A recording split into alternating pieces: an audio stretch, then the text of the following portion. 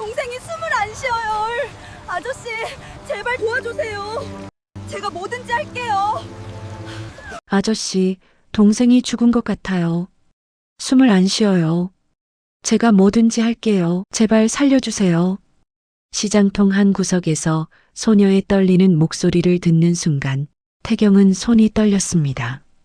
1년 전 그날 태경은 아무것도 할 수 없었지만 오늘은 달랐어요. 태경은 굳게 다짐했습니다. 이번엔 절대 놓치지 않겠다고요. 꼭 살리고 말겠다고요. 사연 시작 전 구독과 좋아요를 눌러주시고 어디서 듣고 계신지 댓글 남겨주시면 계신 곳마다 따뜻한 축복이 머물길 바라겠습니다. 1년 전 그 운명의 아침이었습니다. 주방에서 된장찌개 끓는 구수한 냄새가 집안 가득 퍼져 있었어요. 아내 수진이 앞치마를 두르고 아침상을 차리는 동안 7살 민지는 거실 소파에서 깡충깡충 뛰며 축제를 기다리고 있었습니다. 아빠, 빨리 와요. 우리 맨 앞줄이에요. 맨 앞줄. 민지의 목소리는 종달새처럼 맑았습니다. 태경은 넥타이를 매다 말고 딸의 볼에 입을 맞췄어요. 딸의 볼은 복숭아처럼 보드라웠고 샴푸 향기가 코끝을 간지럽혔습니다. 알았어, 우리 공주님. 아빠가 회사 일만 빨리 끝내고 갈게. 태경이 양복 재킷을 걸치자 민지가 달려왔습니다. 작은 손으로 아빠의 주머니를 더듬더니 무언가를 넣고는 씩 웃으며 도망갔어요. 민지야, 또 뭘 넣은 거야? 주머니를 확인해 보니 분홍색 종이가 접혀 있었습니다. 펼쳐보니 삐뚤빼뚤한 글씨로 아빠가 세상에서 제일 멋져라고 적혀 있었어요. 태경의 입가에 미소가 번졌습니다. 현관에서 신발을 신는데 수진이 다가와 넥타이를 다시 매만져줬습니다. 여보, 늦지 마요.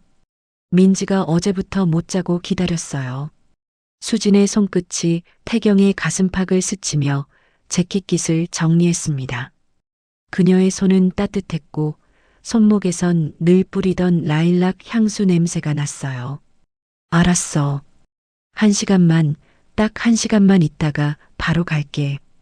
그게 마지막 약속이 될 줄은 아무도 몰랐습니다. 회사 최상층 집무실의 커다란 창문으로 봄 햇살이 쏟아져 들어왔습니다. 책상 위엔 서류 더미가 산처럼 쌓여 있었어요. 태경은 손목 시계를 확인했습니다. 10시 30분. 축제는 11시에 시작하는데 아직도 결제할 서류가 10장도 넘게 남아 있었습니다. 책상 한쪽에 놓인 가족 사진을 흘끔 쳐다봤어요. 사진 속 민지가 활짝 웃고 있었습니다. 빨리 끝내고 가야 해. 민지가 기다리고 있잖아. 마음이 급해진 태경은 펜을 빠르게 움직이며 서류를 훑어봤습니다. 똑똑. 노크 소리와 함께 비서실장 서도훈이 들어왔습니다. 그의 손엔 또 다른 서류철이 들려 있었어요. 회장님, 전통시장 축제 관련 최종 서류입니다. 안전팀에서 이미 검토 완료했고요. 서명만 하시면 됩니다. 서도훈이 서류를 내밀었습니다. 태경은 시계를 다시 봤어요. 10시 45분. 안전팀에서 다 확인했다고? 네, 회장님. 구조물 설치부터 동선까지 모두 검토 완료했습니다. 태경은 서류를 받아들었습니다.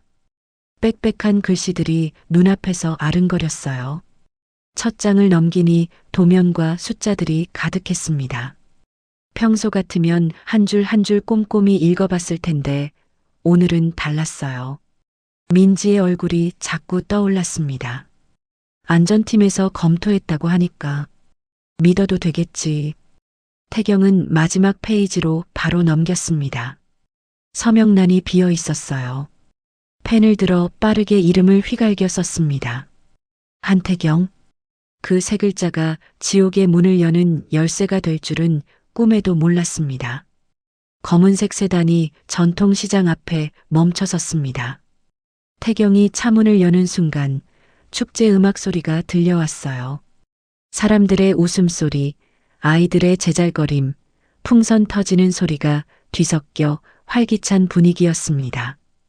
회장님, 먼저 내리시죠. 경호원이 문을 활짝 열어줬습니다. 태경이 발을 내딛는 순간이었어요.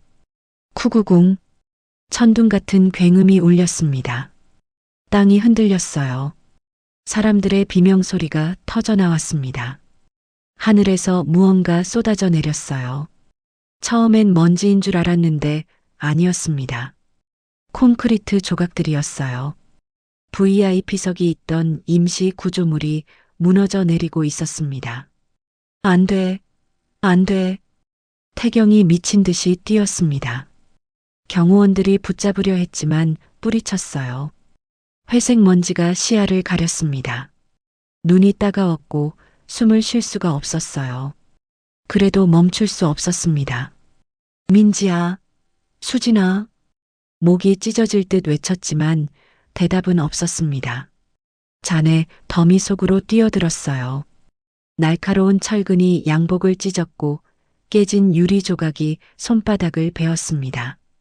피가 흘렀지만 아픔을 느낄 수 없었어요. 무너진 콘크리트 사이로 익숙한 무언가가 보였습니다.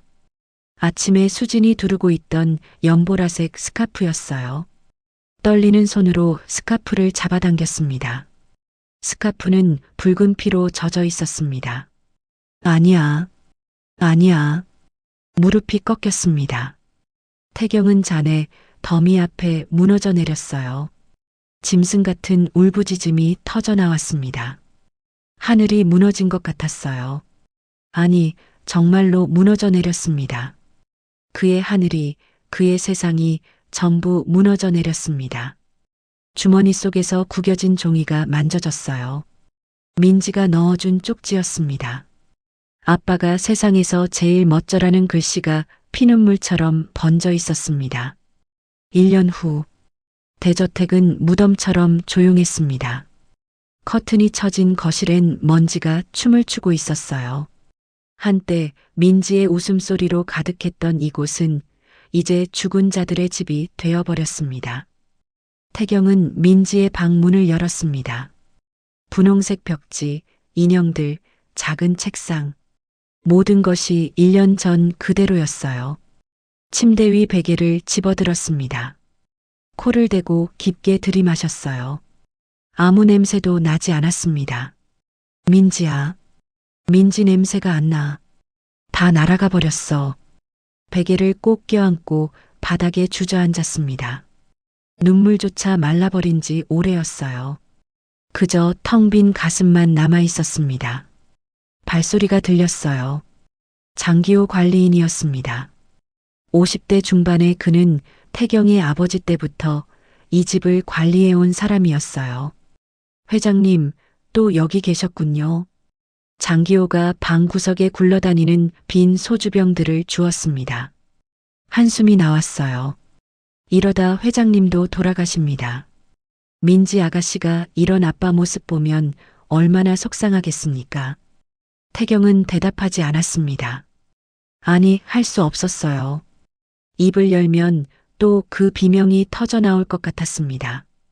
1년 전 그날의 비명이 창밖으로 저녁 노을이 비쳤습니다.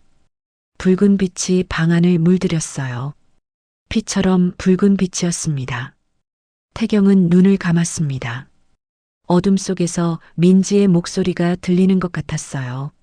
아빠 언제 와요? 나 기다리다 지쳤어요. 태경이 벌떡 일어섰습니다. 비틀거리며 방을 나갔어요. 현관에서 신발을 신었습니다. 어디로 가는지도 모른 채 그저 발이 이끄는 대로 걸었습니다. 밤거리는 차가웠어요.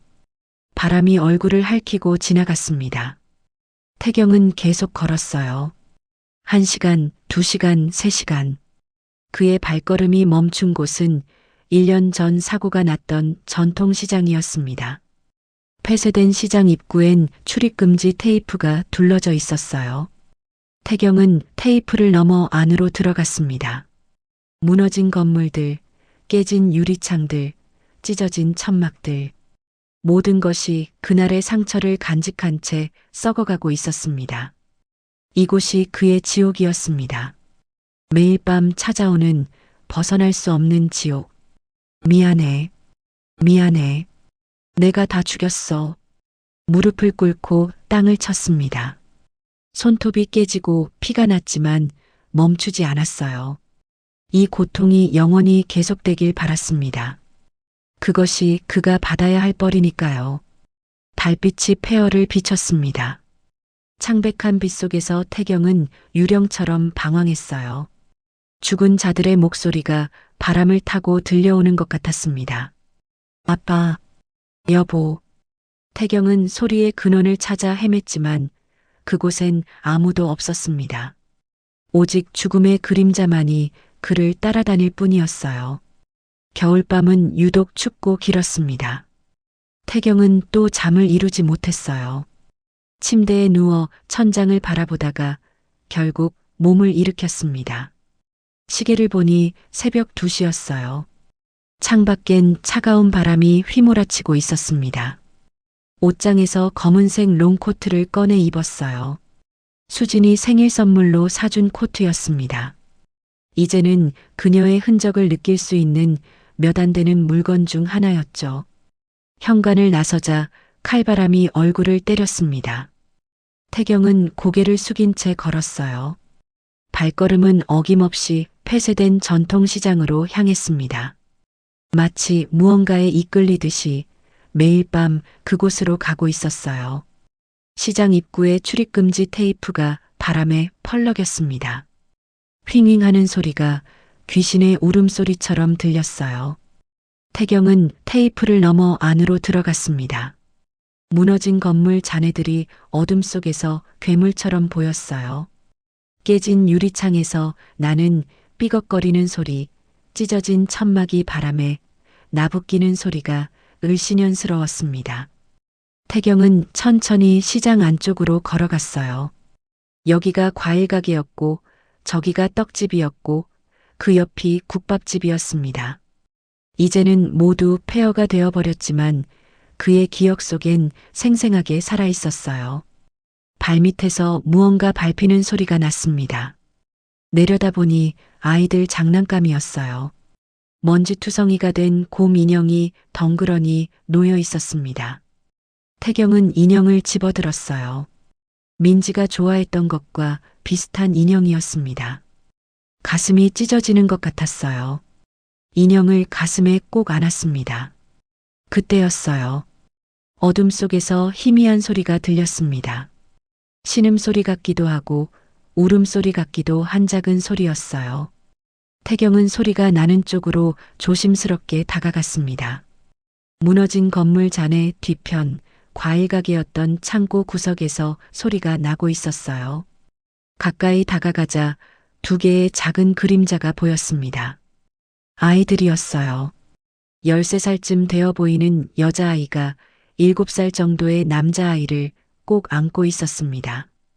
2 아이 모두 헐거운 옷에 얼굴은 때가 잔뜩 묻어 있었어요. 여자아이의 입술은 추위에 파랗게 질려 있었고 남자아이는 의식이 없는 듯 축 늘어져 있었습니다. 누구세요? 여자아이가 떨리는 목소리로 물었습니다. 태경을 경계하는 눈빛이 날카로웠어요.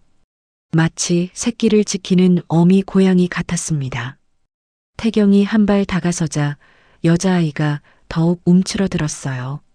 가까이 오지 마세요. 그때 남자아이가 갑자기 기침을 시작했습니다.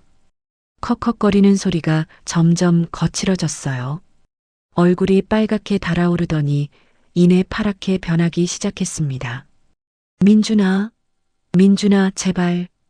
여자아이가 남동생의 등을 두드렸지만 소용없었어요. 아이의 숨소리가 점점 약해졌습니다. 쌕쌕거리는 소리만 간신히 들렸어요. 아저씨 동생이 죽은 것 같아요. 숨을 안 쉬어요. 태경의 얼굴이 하얗게 질렸습니다.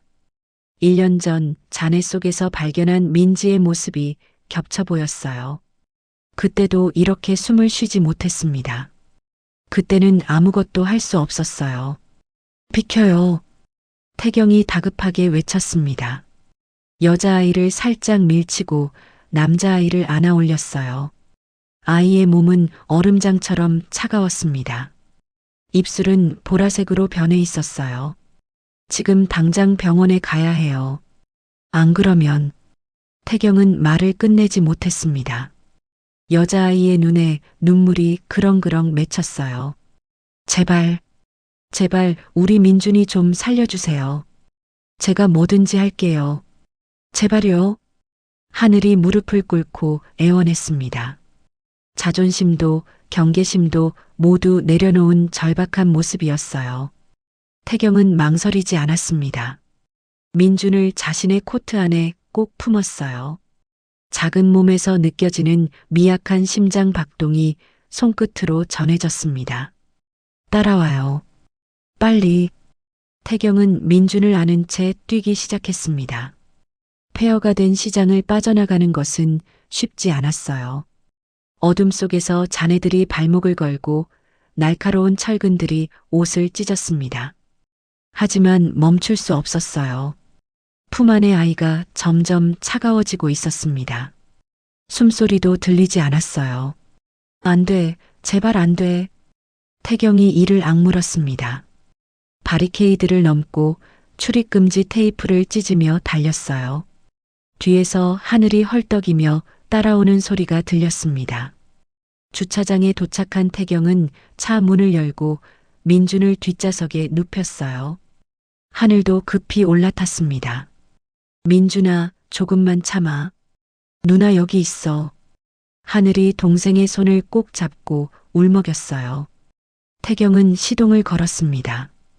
엔진 소리가 고요한 새벽을 깨웠어요. 엑셀을 힘껏 밟았습니다. 차는 총알처럼 도로를 질주했어요. 운전하면서도 태경은 계속 백미러로 민준을 확인했습니다. 아이의 얼굴이 점점 더 창백해지고 있었어요. 숨 쉬어. 제발 숨 좀 쉬어봐. 태경이 소리쳤습니다. 1년 전 민지에게 했던 말이었어요. 그때는 대답이 없었습니다. 이번에도 그럴까봐 무서웠어요. 신호등이 빨간불이었지만 멈추지 않았습니다.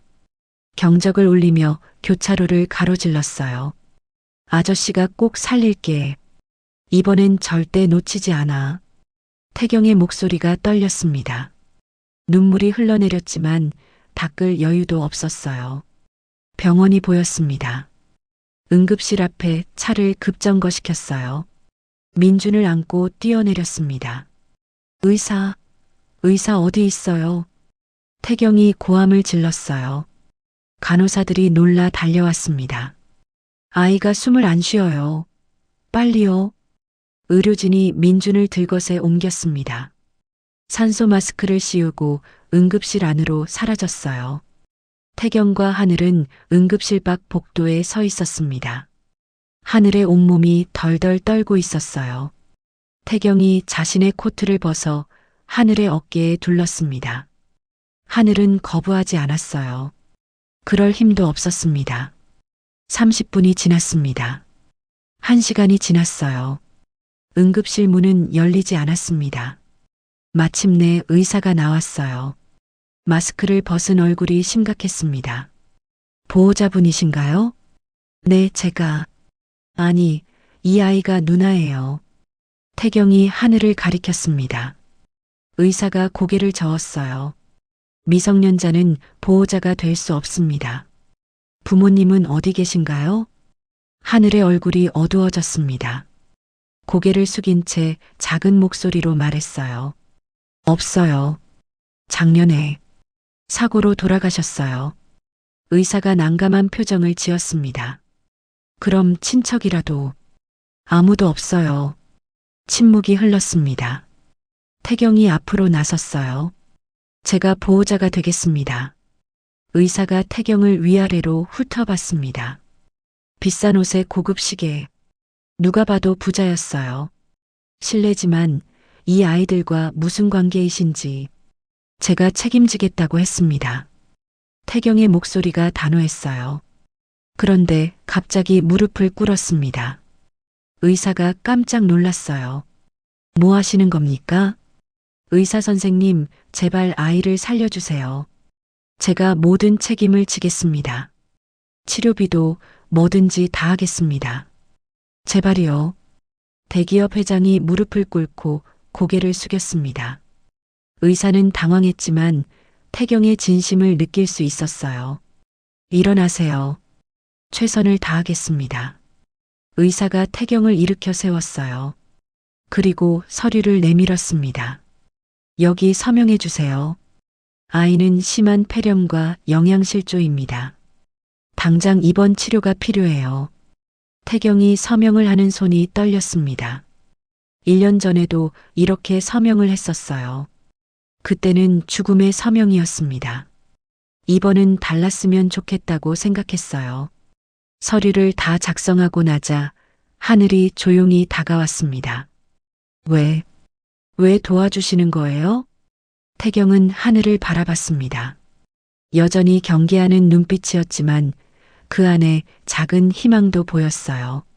그냥 지나칠 수 없었어요. 그게 전부였습니다. 더 설명할 수도 하고 싶지도 않았어요. 새벽 5시가 되자 의사가 다시 나왔습니다. 이번엔 표정이 밝았어요. 다행히 위기는 넘겼습니다.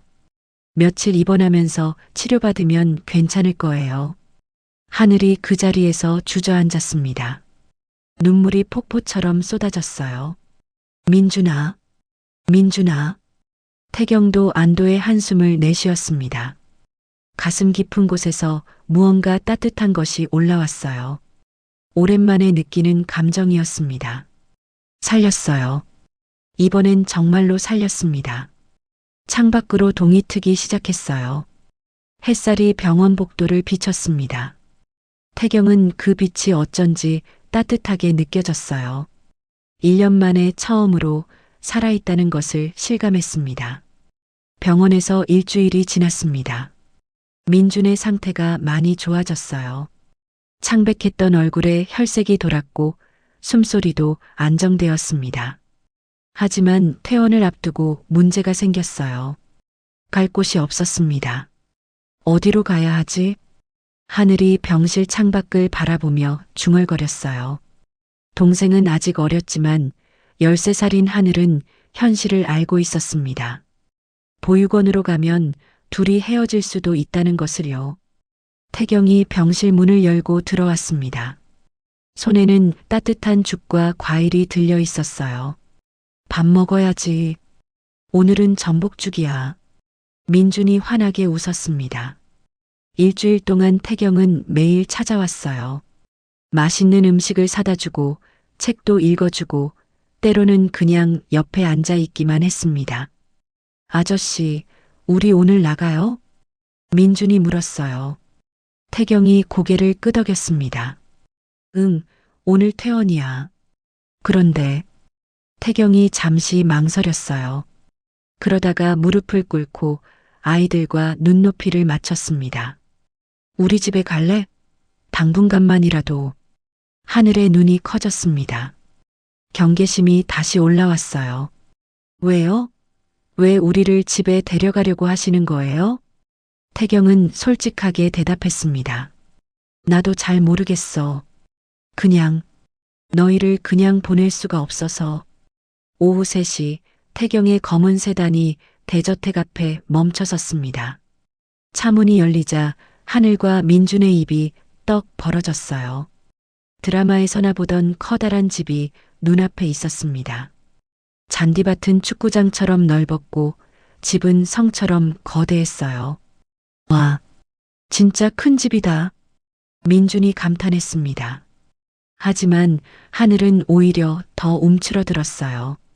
이런 곳에 자신들이 있어도 되는 건지 불안했습니다. 현관문이 열리고 들어서자 천장에 매달린 거대한 샹들리에가 눈부시게 빛났습니다. 하늘과 민주는 눈을 가늘게 떴어요. 너무 밝아서 제대로 볼 수가 없었습니다. 대리석 바닥이 거울처럼 반짝였어요. 하늘은 신발을 벗어야 하는지 몰라서 현관에서 멈췄습니다. 발이 더러워서 바닥을 더럽힐까봐 걱정됐어요. 태경이 그런 하늘을 보고 무릎을 꿇었습니다. 아저씨 집이 좀 썰렁하지? 텅 비어 있어서 오히려 무서울 거야. 편하게 생각해. 아무데나 앉아도 되고 뭘 깨뜨려도 안 혼나. 태경의 부드러운 목소리에 하늘이 조금 긴장을 풀었어요. 민주는 이미 호기심 가득한 눈으로 이곳저곳을 둘러보고 있었습니다. 거실로 들어서니 더욱 압도적이었어요. 벽 한 면을 차지하는 커다란 창문, 영화관 같은 대형 TV, 구름처럼 푹신해 보이는 소파들. 하지만 이상하게도 차가운 느낌이 들었습니다. 사람 냄새가 나지 않는 집이었어요. 아이고 머니나, 이게 무슨 일이래요? 걸걸한 목소리가 들렸습니다. 주방에서 60대 후반의 여자가 나왔어요. 최말순 아주머니였습니다. 이 집에서 10년째 일하고 있는 가사도우미였죠. 말순은 아이들의 모습을 보고 깜짝 놀랐어요. 뼈만 남은 팔다리, 푹 꺼진 눈, 헝클어진 머리카락. 마치 전쟁터에서 온 난민 같았습니다. 회장님, 이 아이들이 당분간 여기서 지낼 거예요. 부탁드려요, 아주머니. 말수는 더 묻지 않았습니다. 1년 동안 죽은 사람처럼 지내던 태경의 눈에 오랜만에 생기가 돌아온 것을 봤으니까요. 아이고, 배가 등가죽에 붙었네. 어서 와. 밥부터 먹어야겠다. 말순이 하늘의 손을 잡고 주방으로 이끌었어요. 하늘은 당황했지만 따라갔습니다. 아주머니의 손은 거칠었지만 따뜻했어요. 주방 식탁에는 김이 모락모락 나는 밥상이 차려졌습니다. 된장찌개, 계란말이, 김치, 나물 반찬들. 소박하지만 정성 가득한 집밥이었어요. 묵어라. 묵어야 산다. 뭘 그렇게 쳐다봐? 독 안 탔으니까 걱정 말고 먹어. 말순의 사투리 섞인 말투가 정겨웠어요. 민준이 침을 꿀꺽 삼켰습니다. 배가 고팠지만 누나 눈치를 봤어요. 하늘이 먼저 숟가락을 들어 된장찌개를 한 입 먹었습니다. 뜨겁고 구수한 국물이 목구멍을 타고 내려갔어요. 눈물이 날 것 같았습니다. 엄마가 끓여주던 그 맛과 비슷했거든요. 하늘이 민준을 보고 끄덕이자 민준은 허겁지겁 먹기 시작했습니다. 볼이 빵빵해질 정도로 밥을 퍼넣었어요. 천천히 먹어. 채알라. 말순이 민준의 등을 토닥였습니다. 그 모습을 지켜보던 태경의 눈가가 촉촉해졌어요. 저 아이들도 한때는 엄마의 밥상 앞에서 행복했겠지 하는 생각이 들었습니다. 고맙습니다. 하늘이 작은 목소리로 말했어요. 말순이 해해 웃었습니다. 뭘 고마워해. 많이 무거워. 살 좀 쪄야겠네. 바람만 불어도 날아가겠어. 저녁을 먹고 나서 태경이 아이들을 2층으로 안내했습니다. 여기가 너희가 쓸 방이야. 옆방은 민준이, 이쪽은 하늘이가 쓰면 돼. 방문을 열자 깨끗하고 아늑한 공간이 나타났어요. 침대, 책상, 옷장까지 모든 게 갖춰져 있었습니다. 하늘은 믿을 수 없다는 표정으로 방을 둘러봤어요. 정말 여기서 자도 되는 거예요? 당연하지. 필요한 거 있으면 언제든 말해. 민주는 신이 나서 복도를 뛰어다니기 시작했습니다. 그러다가 복도 끝에 있는 방 앞에서 멈췄어요. 문고리에 리본이 묶여 있는 특별한 방이었습니다. 여기는 뭐 하는 방이에요? 민준이 호기심 어린 눈으로 물었어요. 태경의 얼굴이 굳어졌습니다. 그 방은 들어가면 안 돼. 하지만 민준은 이미 문고리를 돌리고 있었어요. 문이 열렸습니다. 분홍색으로 꾸며진 여자아이 방이었어요. 인형들이 가득했고 작은 드레스들이 옷장에 걸려 있었습니다. 먼지 하나 없이 깨끗했지만 시간이 멈춘 듯한 느낌이 들었어요. 태경이 놀라서 달려왔습니다. 민준을 빼내려고 했지만 멈췄어요. 민준이 침대 위에 있는 큰 곰 인형을 꼭 안고 있었거든요. 그리고 그대로 스르르 잠이 들어버렸습니다.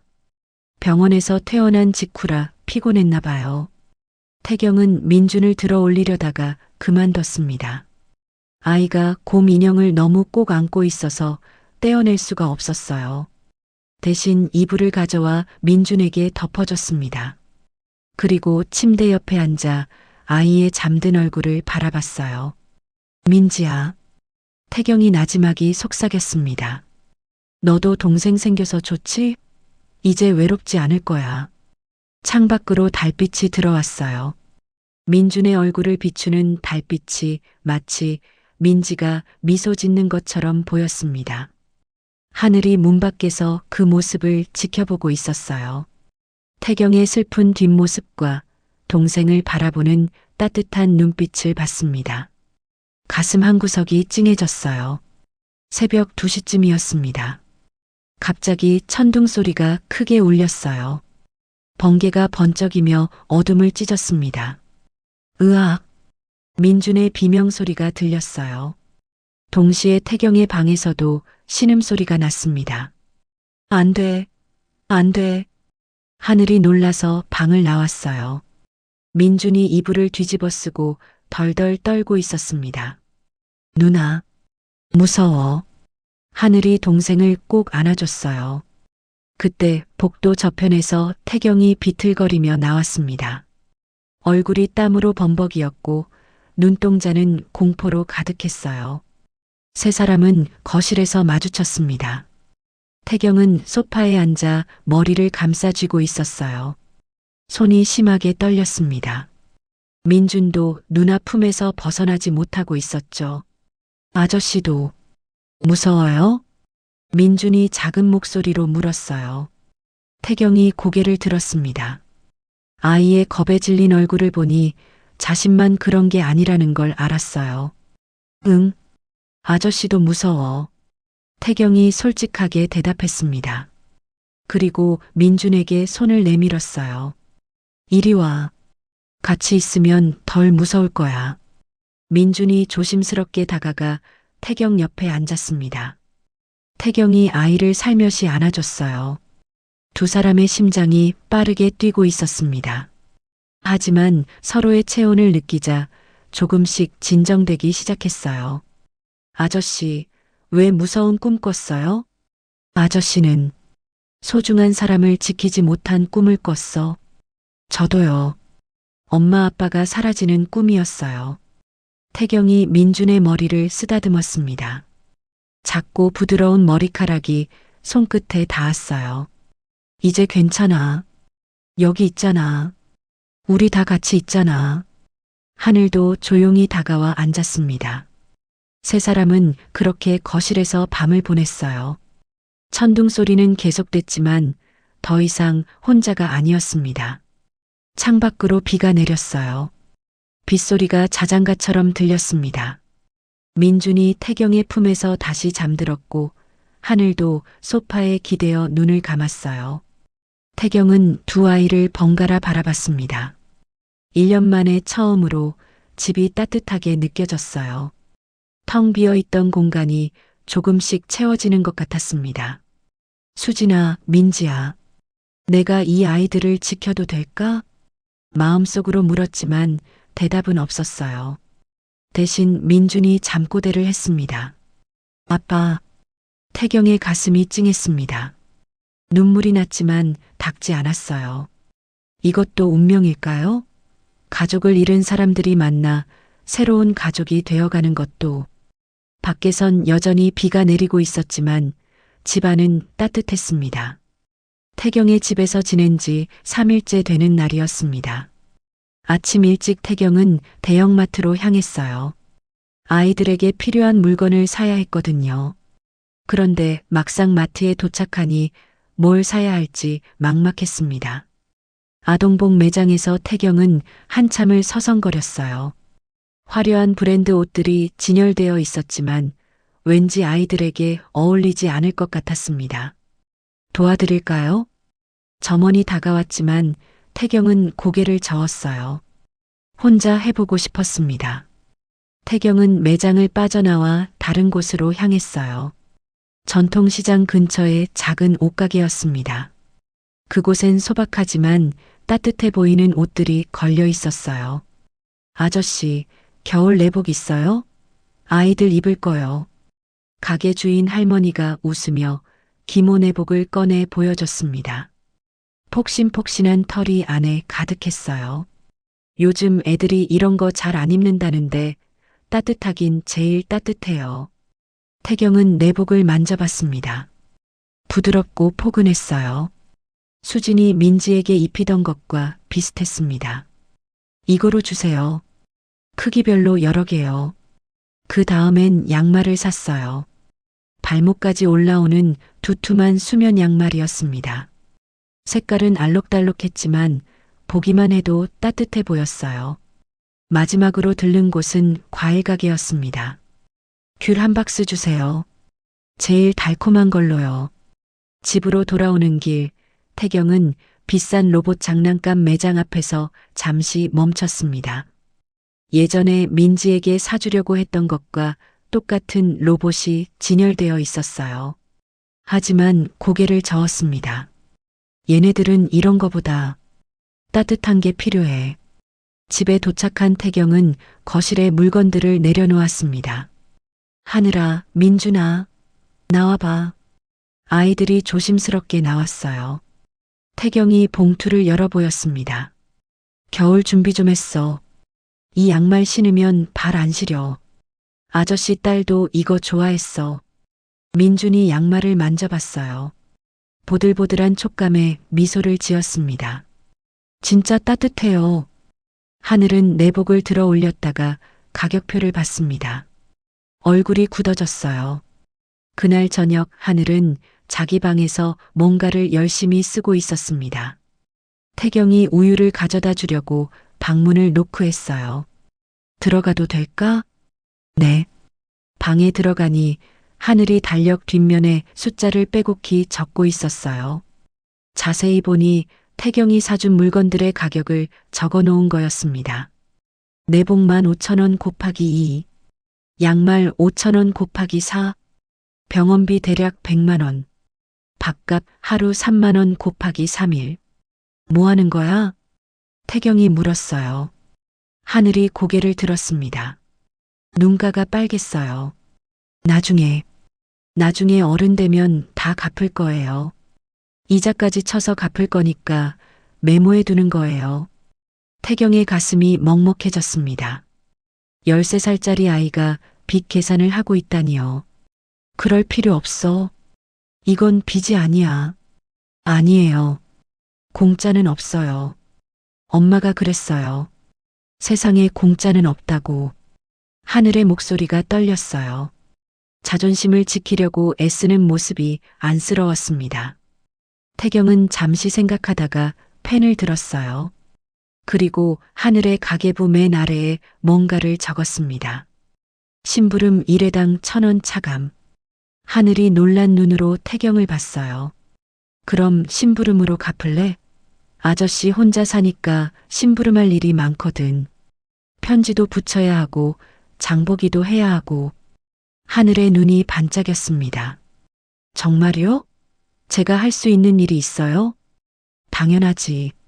내일부터 당장 일 시작이야. 우체국 가서 편지 붙이기. 어때? 하늘이 처음으로 환하게 웃었어요. 무언가 할 수 있다는 것, 도움이 될 수 있다는 것이 그렇게 기쁜가 봅니다. 열심히 할게요. 태경도 미소를 지었습니다. 아이의 자존심을 지켜주면서도 곁에 둘 수 있는 방법을 찾은 것 같아 다행이었어요. 다음 날 오후였습니다. 태경은 며칠 동안 제대로 못 잔 탓에 거실 소파에서 깜빡 잠이 들었어요. 햇살이 따뜻하게 얼굴을 비추고 있었습니다. 그때 작은 발소리가 들렸어요. 민준이었습니다. 민준은 태경이 잠든 것을 확인하고 살금살금 다가왔어요. 그리고는 주머니에서 뭔가를 꺼냈습니다. 꼬질꼬질한 딸기맛 알사탕이었어요. 병원에서 간호사 누나가 준 것을 아껴뒀던 거였습니다. 종이에 쌓인 사탕은 주머니 속에서 며칠을 보낸 탓에 좀 끈적거렸어요.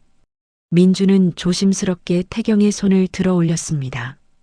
그리고 손바닥에 사탕을 올려놓았어요. 아저씨, 이거 드세요. 아주 작은 목소리로 속삭이고는 후다닥 도망갔습니다. 태경은 사실 깨어 있었어요. 눈을 감고 있었을 뿐이었죠. 손바닥에 놓인 끈적한 사탕의 감촉이 느껴졌습니다. 눈을 떠서 사탕을 바라봤어요. 빨간색 포장지에 쌓인 작은 사탕. 별거 아닌 것 같지만 태경에게는 세상에서 가장 귀한 선물처럼 느껴졌습니다. 사탕을 입에 넣었어요. 달콤한 맛이 입안에 퍼졌습니다. 그런데 이상하게도 눈물이 났어요. 너무 달아서 그런 걸까요? 아니면 너무 오랜만에 느끼는 단순한 행복 때문일까요? 태경은 사탕을 천천히 녹이며 생각했습니다. 민지도 이렇게 자신에게 사탕을 건네곤 했었죠. 아빠, 기분 좋아지는 약이야. 그때의 목소리가 들리는 것 같았어요. 저녁 식사 시간, 태경은 민준을 보며 말했습니다. 민준아, 아까 그 사탕 정말 맛있었어. 고마워. 민준의 얼굴이 발그레해졌어요. 수줍게 웃으며 밥을 먹었습니다. 아저씨 또 주고 싶은데. 이제 없어요. 괜찮아. 마음만 받아도 충분해.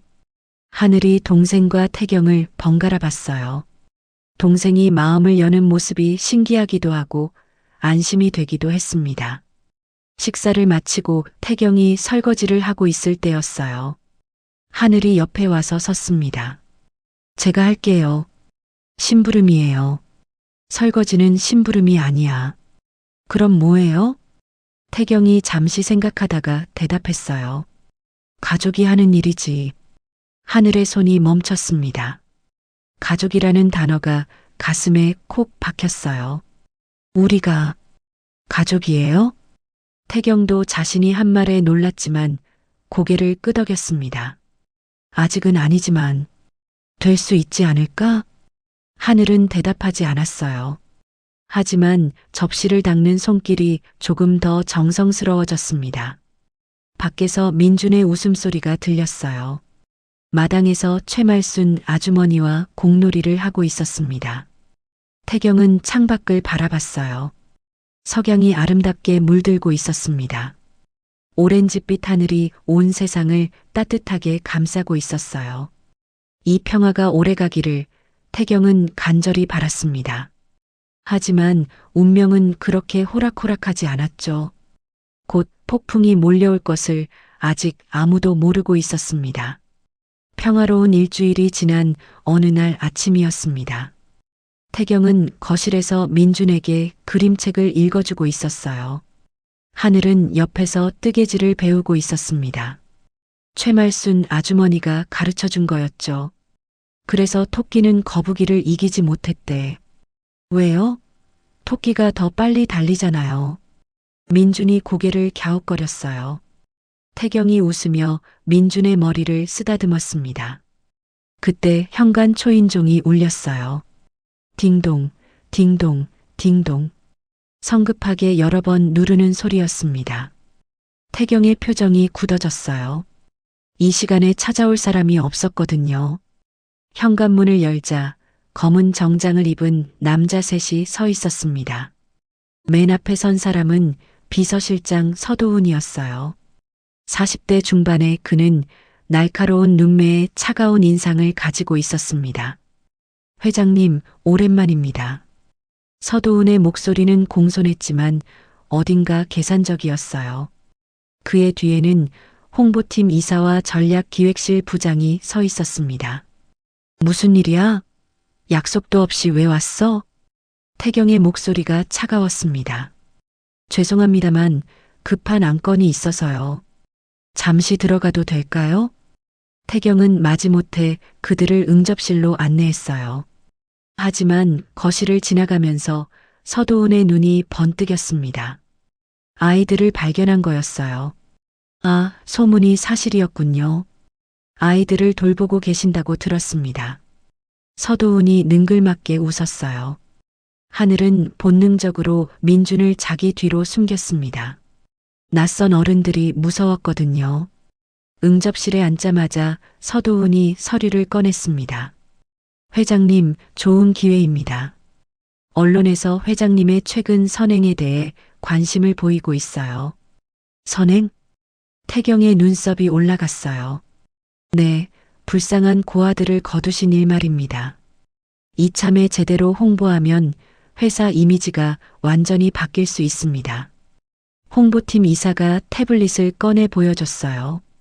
화면엔 이미 만들어진 보도자료가 떠 있었습니다. 한태경 회장, 고아, 남매에게 새 삶 선물. 참회와 봉사의 길. 태경의 얼굴이 붉어졌습니다. 분노가 치밀어 올랐어요. 지금 뭐 하는 거야? 회장님, 감정적으로 받아들이지 마십시오. 이건 윈윈입니다. 아이들도 좋고, 회사도 좋고. 닥쳐. 태경이 소리쳤어요.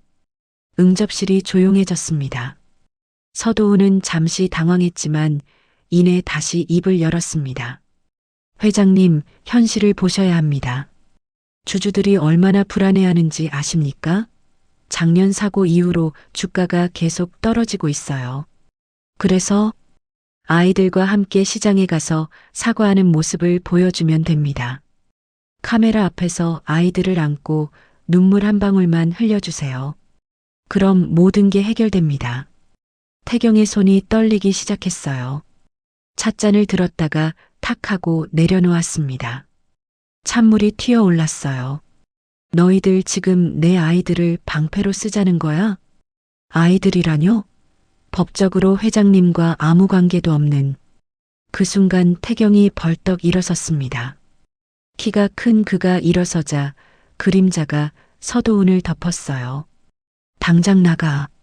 목소리는 조용했지만 무서웠습니다. 1년 동안 죽은 듯이 지내던 태경과는 완전히 다른 사람이었어요. 회장님, 내 아이들은 내 방패가 아니야. 태경의 눈이 번뜩였습니다.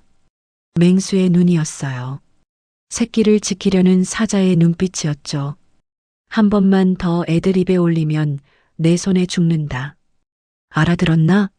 서도훈의 얼굴이 창백해졌어요. 태경의 살기가 느껴졌거든요. 진심으로 화가 난 태경을 본 것은 처음이었습니다. 네, 알겠습니다. 서도훈 일행이 황급히 일어났어요. 서류를 챙기는 손이 떨렸습니다. 그리고 서도훈. 문을 나서려던 서도훈이 돌아봤어요. 다시는 허락 없이 우리 집에 오지 마. 다음엔 경찰 부를 거야. 서도훈은 고개를 숙이고 나갔습니다. 문이 쾅 하고 닫혔어요. 태경은 깊은 한숨을 내쉬었습니다. 온몸에서 힘이 빠졌어요. 소파에 털썩 주저앉았습니다. 내가 방금 뭐라고 했지? 내 아이들. 자신도 모르게 나온 말이었지만 이상하게 자연스러웠어요. 하늘은 방 안에서 문틈으로 모든 걸 지켜보고 있었습니다. 처음엔 무서웠어요. 낯선 어른들이 자신과 민준을 데려가려는 줄 알았거든요. 그래서 민준을 꼭 안고 숨어 있었습니다. 그런데 대화가 들려왔어요. 아이들과 함께 시장에 가서 사과하는 모습을.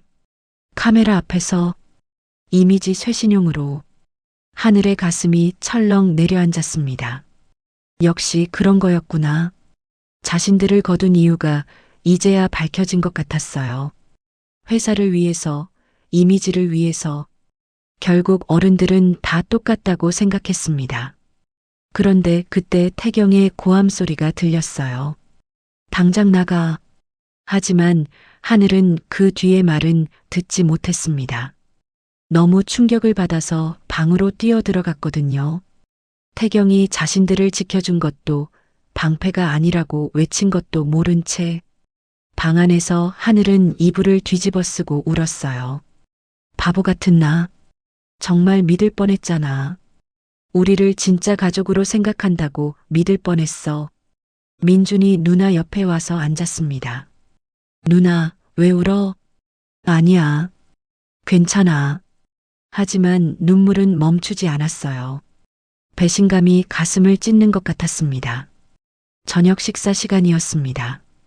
식탁엔 맛있는 음식이 가득했어요. 최말순 아주머니가 아이들이 좋아하는 불고기와 계란찜을 특별히 만들어줬거든요. 평소 같으면 민준이 신나게 먹었을 텐데 오늘은 달랐어요. 누나가 계속 우울한 표정을 짓고 있어서 눈치를 보느라 제대로 먹지 못했습니다. 하늘아, 불고기 더 먹을래? 태경이 물었지만 하늘은 고개를 저었어요. 눈도 마주치지 않았습니다. 배불러요. 차가운 목소리였어요. 태경은 뭔가 잘못됐다는 걸 느꼈지만 이유를 알 수 없었습니다. 어디 아프니? 아니요. 하늘이 수저를 내려놓았어요. 그리고 일어섰습니다. 잘 먹었습니다. 인사를 하고 방으로 들어가 버렸어요. 민준도 누나를 따라 일어났습니다. 저도 배불러요. 식탁에 태경과 최말순만 남았습니다. 애가 왜 저러지? 최말순이 걱정스럽게 물었어요. 모르겠어요. 아침까진 괜찮았는데. 태경은 오후에 있었던 일을 떠올렸습니다. 서도훈 일행을 쫓아낸 것, 아이들을 지킨 것, 그게 잘못된 걸까요? 내가 너무 과격했나? 아이들이 무서워했을까? 태경은 자신이 없었어요. 아이를 키워본 적이 없으니 뭐가 맞는지 몰랐습니다. 밤이 깊어갔어요. 창밖엔 먹구름이 몰려오고 있었습니다. 태풍 예보가 있었거든요. 태경은 서재에서 일을 하다가 창밖을 봤어요. 바람이 점점 거세지고 있었습니다. 나무들이 이리저리 흔들렸어요. 폭풍이 오는구나. 그런데 진짜 폭풍은 밖이 아니라 안에서 시작되고 있었습니다. 하늘의 방에선 작은 흐느낌 소리가 새어나왔어요. 베개에 얼굴을 묻고 울고 있었거든요. 이제 어떻게 해야 하지? 여기서 나가야 하나? 하지만 민준이는 어린 나이에 너무 무거운 고민을 하고 있었습니다. 태경도 서재에서 고민하고 있었어요. 아이들을 정말 지킬 수 있을까? 내가 자격이 있을까? 둘 다 서로를 생각하고 있었지만 마음은 엇갈리고 있었습니다. 밖에서 천둥 소리가 울렸어요. 폭풍의 전조였습니다.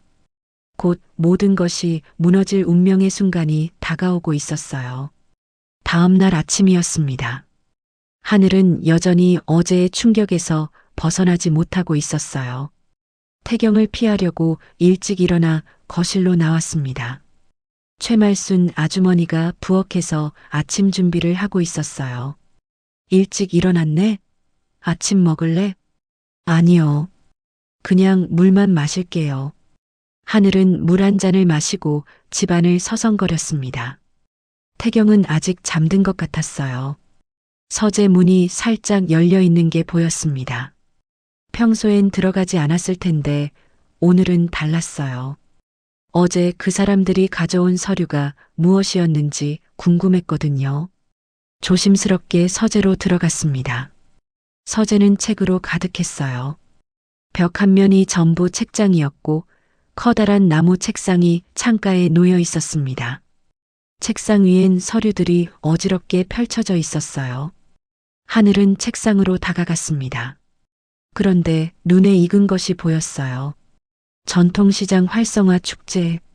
가슴이 쿵 내려앉았습니다. 그건 부모님이 돌아가신 그날 그 축제의 팸플릿이었어요. 하늘도 보육원에서 하나 가지고 있었거든요. 부모님의 마지막 흔적이라고 생각해서 버리지 못하고 간직하고 있었죠. 떨리는 손으로 서류를 집어들었습니다. 그리고 맨 마지막 페이지를 펼쳤어요. 서명란이 있었습니다. 안전 책임자 한태경. 하늘의 눈이 커졌어요. 설마 하는 마음에 주머니에서 자신이 가지고 있던 팸플릿을 꺼냈습니다. 뒷면에도 똑같은 서명이 있었어요. 한태경. 글씨체가 완전히 일치했습니다. 날짜도 같았어요. 사고가 일어나기 바로 전날이었죠. 하늘의 손이 부들부들 떨렸어요. 서류가 바닥에 떨어졌습니다. 이 사람이 목소리가 나오지 않았어요. 눈앞이 하얗게 변했습니다. 그때 발소리가 들렸어요. 태경이 서재로 들어오고 있었습니다. 하늘아, 여기서 뭐하니? 태경이 놀란 표정으로 물었어요. 바닥에 떨어진 서류를 보고 얼굴이 창백해졌습니다. 이거 봤구나. 점심시간이었습니다. 태경이 정성스럽게 김치찌개를 끓였어요. 아이들이 좋아한다고 해서 특별히 만든 거였죠. 돼지고기도 듬뿍 넣고 두부도 넣었습니다. 밥 먹자. 오늘은 내가 만들었어. 민준이 신나서 달려왔어요. 하늘도 천천히 걸어와 자리에 앉았습니다. 태경이 아이들 그릇에 찌개를 떠주었어요. 김이 모락모락 올라왔습니다. 맛있게 먹어. 민준이 한 숟갈 먹고는 엄지를 들어 올렸어요. 진짜 맛있어요. 그때였습니다. 하늘이 갑자기 수저를 내던졌어요. 쨍그랑하는 소리와 함께 수저가 바닥에 떨어졌습니다. 살인자! 하늘의 외침이 식당을 가득 채웠어요. 민준이 놀라서 숟가락을 떨어뜨렸습니다. 누나! 하늘이 벌떡 일어섰어요. 눈에서 눈물이 폭포처럼 쏟아졌습니다. 아저씨가 우리 엄마 아빠 죽였지. 그 서류에 서명한 사람이 아저씨잖아. 안전 책임자라면서 왜 사고가 났어? 왜? 태경의 얼굴이 돌처럼 굳어졌어요. 입을 열려고 했지만 아무 말도 나오지 않았습니다. 우리한테 왜 잘해줬어? 죄책감 때문에? 미안해서? 그래서 우리를 거둔 거야? 하늘의 목소리가 점점 커졌어요. 온몸이 부들부들 떨렸습니다. 누나, 무슨 소리야? 민준이 울먹이며 누나를 잡으려 했지만 하늘은 동생의 손을 뿌리쳤어요. 태경이 무릎을 꿇었습니다. 하늘 앞에서 고개를 깊이 숙였어요. 미안하다. 목소리가 떨렸습니다. 미안하다. 죽을 죄를 지었다. 변명하지 않을게. 내가 제대로 확인하지 않아서 내 실수로. 태경의 눈에서도 눈물이 흘렀어요. 뚝뚝 떨어지는 눈물이 바닥을 적셨습니다. 실수? 실수라고? 하늘이 비웃었어요. 우리 엄마 아빠가 죽은 게 그냥 실수라고? 아저씨 하나의 실수로 우리는 모든 걸 잃었어. 그 말이 칼처럼 태경의 가슴을 찔렀습니다. 맞는 말이었어요. 변명의 여지가 없었습니다. 그래, 내 말이 맞아. 용서받을 수 없는 죄를 지었어. 하지만 뭐요? 이제 와서 뭘 어떻게 하겠다는 거예요? 하늘이 민준의 손을 잡았어요. 민준아, 가자. 여기 있으면 안 돼. 누나, 왜? 아저씨는 좋은 사람이야. 좋은 사람? 이 사람이 엄마 아빠를 죽였어. 민준의 얼굴이 하얗게 질렸어요.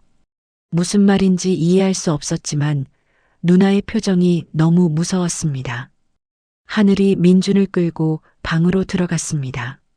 급하게 옷가지를 배낭에 쑤셔 넣었어요. 민준은 울면서 누나를 말렸습니다. 누나, 가지 마. 여기가 좋아. 안 돼. 우린 여기 있으면 안 돼. 하늘의 마음속엔 분노와 배신감, 그리고 혼란이 뒤섞여 있었어요. 태경이 보여준 친절이 모두 거짓으로 느껴졌습니다. 죄책감을 덜려고 자신들을 이용한 거라고 생각했어요. 짐을 다 싸고 방을 나오니 태경이 현관에 서 있었습니다. 가지 마. 제발. 태경이 애원했지만 하늘은 쳐다보지도 않았어요. 비켜요. 밖에 비가 와. 폭풍이 온대. 위험해. 상관없어요. 여기 있는 것보다는 안 위험해요. 하늘이 태경을 밀치고 지나갔어요. 민준이 뒤돌아봤습니다. 눈에 눈물이 가득했어요. 아저씨, 민준아. 태경이 손을 뻗었지만 닿지 않았어요. 하늘이 동생을 세게 잡아당겼거든요. 현관문이 열렸습니다. 밖엔 정말로 비가 내리기 시작했어요. 바람도 불었습니다. 태경은 우산이라도 주려고 했지만 하늘은 받지 않았어요. 그냥 비를 맞으며 걸어갔습니다. 민준을 업고서 태경은 문 앞에 서서 아이들을 바라봤어요. 점점 멀어지는 작은 등이 빗속으로 사라졌습니다. 무릎에서 힘이 빠졌어요. 그 자리에 주저앉았습니다. 미안해. 정말 미안해. 혼잣말이 빗소리에 묻혔어요. 최말순 아주머니가 달려왔습니다. 회장님, 아이들이 나갔다면서요? 이 비에 내 잘못이에요. 다 내 잘못이에요. 태경은 현관에 앉아 머리를 감쌌어요. 자괴감이 온몸을 짓눌렀습니다. 나 같은 놈이 감히 행복을 바랐어. 난 살인자가 맞아. 하늘과 민주는 빗속을 걸었습니다. 우산도 없이 걷다 보니 금세 온몸이 젖었어요. 민준이 기침을 시작했습니다. 콜록, 콜록. 조금만 참아. 어디 비 피할 곳 찾을게. 하지만 갈 곳이 없었어요. 보육원으로 돌아가면 헤어질 수도 있었고 다른 곳은 생각나지 않았습니다. 발걸음은 자연스럽게 폐쇄된 전통시장으로 향했어요. 그곳에 예전에 숨어 지냈던 창고가 있었거든요. 비는 점점 거세졌습니다. 폭풍이 시작된 거였어요. 나무가 흔들리고 간판이 떨어졌습니다. 누나, 무서워. 민준이 울었어요. 하늘도 무서웠지만 참았습니다. 괜찮아. 누나가 있잖아. 드디어 시장에 도착했어요. 어둠 속에서 창고를 찾아 들어갔습니다. 과일 가게였던 곳의 뒤쪽 창고였어요. 안은 춥고 어두웠습니다. 하늘이 젖은 옷을 벗어 민준을 감쌌어요. 이제 괜찮아. 여기서 비 그칠 때까지 있자. 민준이 덜덜 떨면서 물었어요. 누나, 정말 아저씨가 나쁜 사람이야? 하늘은 대답하지 못했어요. 분명 태경이 부모님의 죽음에 책임이 있었지만 그동안 보여준 모습은 나쁜 사람 같지 않았거든요. 몰라. 나도 몰라. 하늘도 울기 시작했어요. 밖에선 천둥이 치고 번개가 번쩍였습니다. 폭풍우가 세상을 집어삼킬 것처럼 몰아쳤어요. 창고 안은 점점 더 추워졌습니다. 민준의 입술이 파랗게 변하기 시작했어요.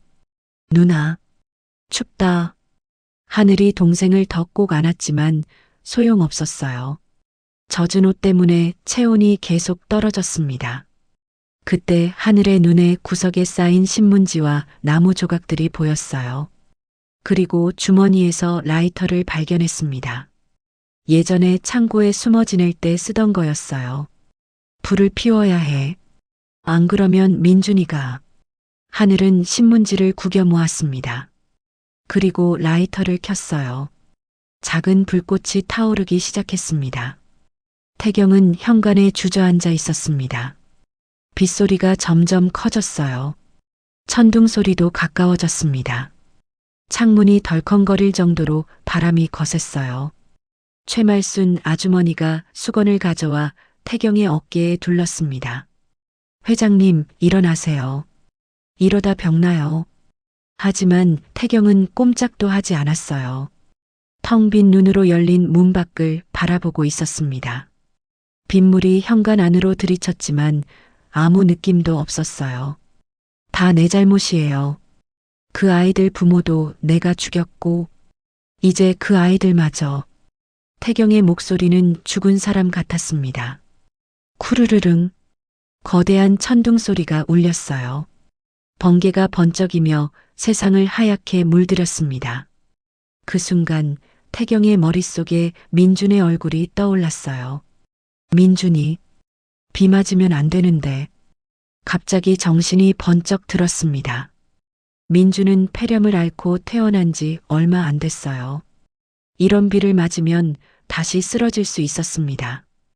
태경이 벌떡 일어섰어요. 안 돼.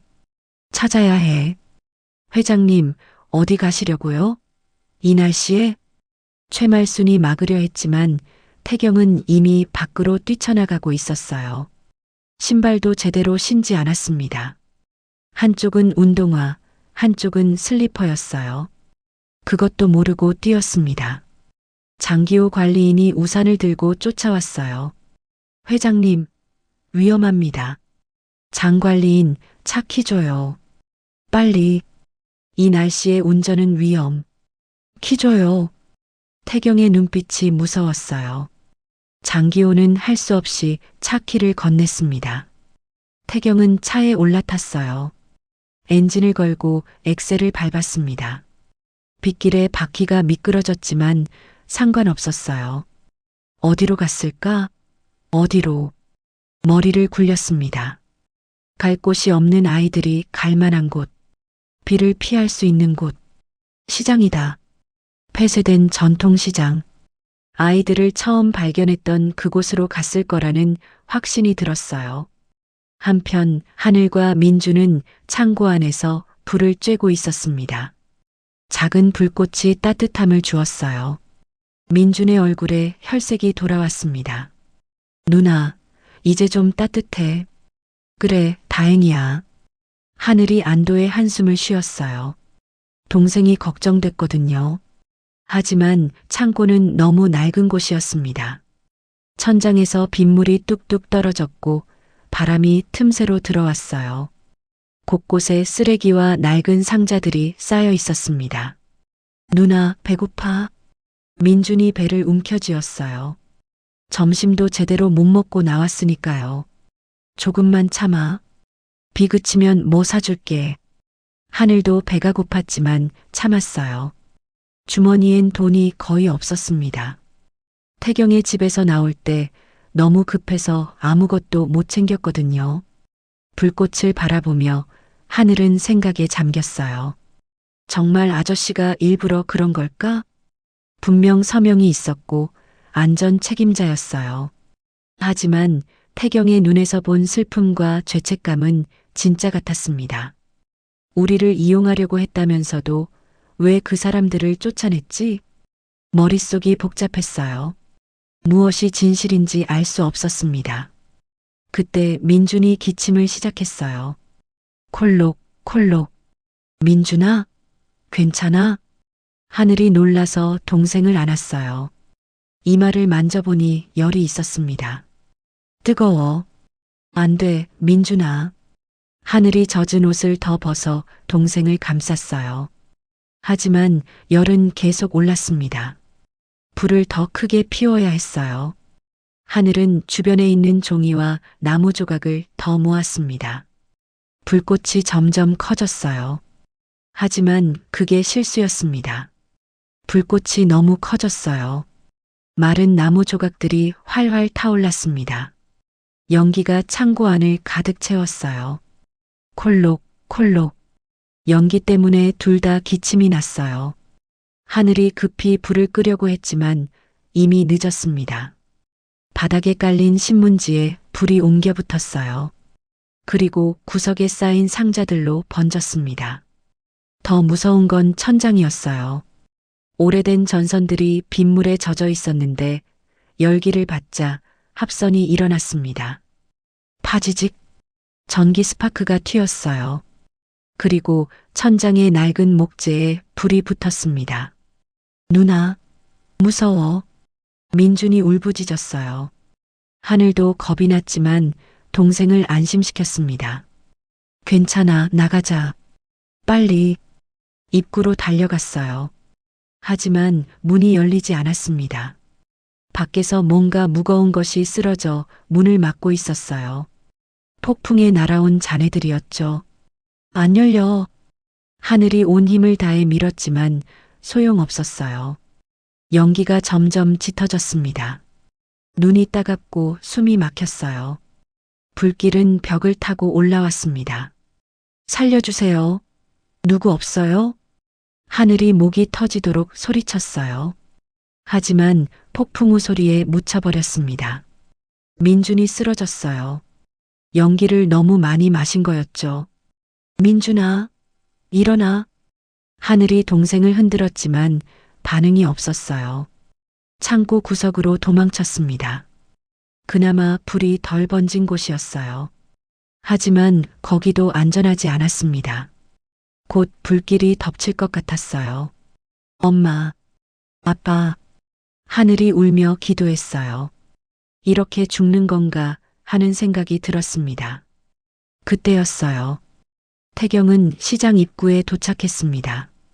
쇠사슬로 잠긴 문 너머로 연기가 보였어요. 창고 쪽에서 올라오는 검은 연기였습니다. 안 돼.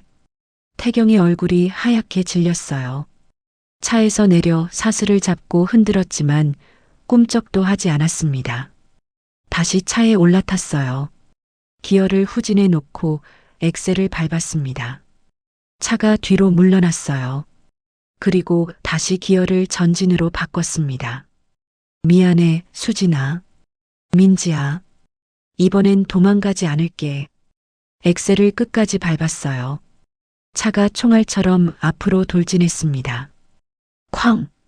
엄청난 충격과 함께 쇠사슬이 끊어졌어요. 차 앞 범퍼가 찌그러졌지만 상관없었습니다. 시장 안으로 들어갔어요. 연기가 나는 창고가 보였습니다. 불길이 창문으로 치솟고 있었어요. 태경은 차를 창고 벽으로 향하게 했습니다. 그리고 또 엑셀을 밟았어요. 쿵! 차가 창고 벽에 부딪혔습니다. 나무 벽이 부서지며 구멍이 뚫렸어요. 유리창이 깨지고 에어백이 터졌습니다. 태경의 이마에서 피가 흘렀어요.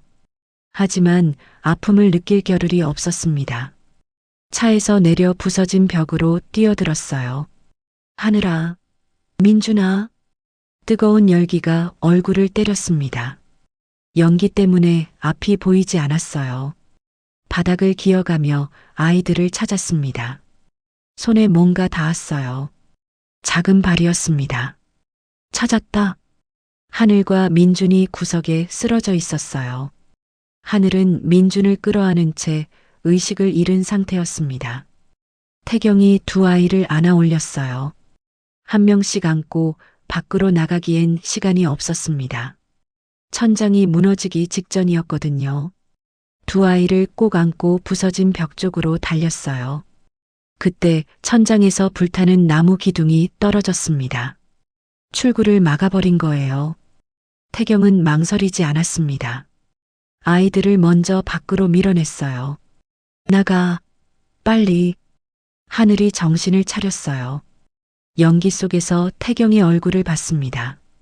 피투성이가 된 얼굴, 하지만 따뜻한 눈빛. 아저씨, 빨리 나가. 민준이 데리고. 태경이 하늘을 밖으로 밀었어요. 하늘은 동생을 끌고 간신히 밖으로 나왔습니다. 뒤를 돌아보니 태경이 불타는 기둥을 들어 올리려 하고 있었어요. 혼자 나오려고 애쓰는 모습이 보였습니다. 아저씨, 안 돼. 그 순간 천장이 무너졌습니다. 우르르컹. 태경의 모습이 불길과 연기 속으로 사라졌어요. 무너진 천장 아래 태경은 깔려 있었습니다. 불타는 나무 기둥이 등을 짓누르고 있었어요. 뜨거운 열기가 살갗을 태웠습니다. 연기 때문에 숨을 쉴 수가 없었어요. 하지만 포기할 수 없었습니다. 밖에서 하늘의 울부짖음이 들렸거든요. 아저씨, 아저씨. 태경은 온 힘을 다해 몸을 일으켰어요. 등에서 치직하는 소리가 났습니다.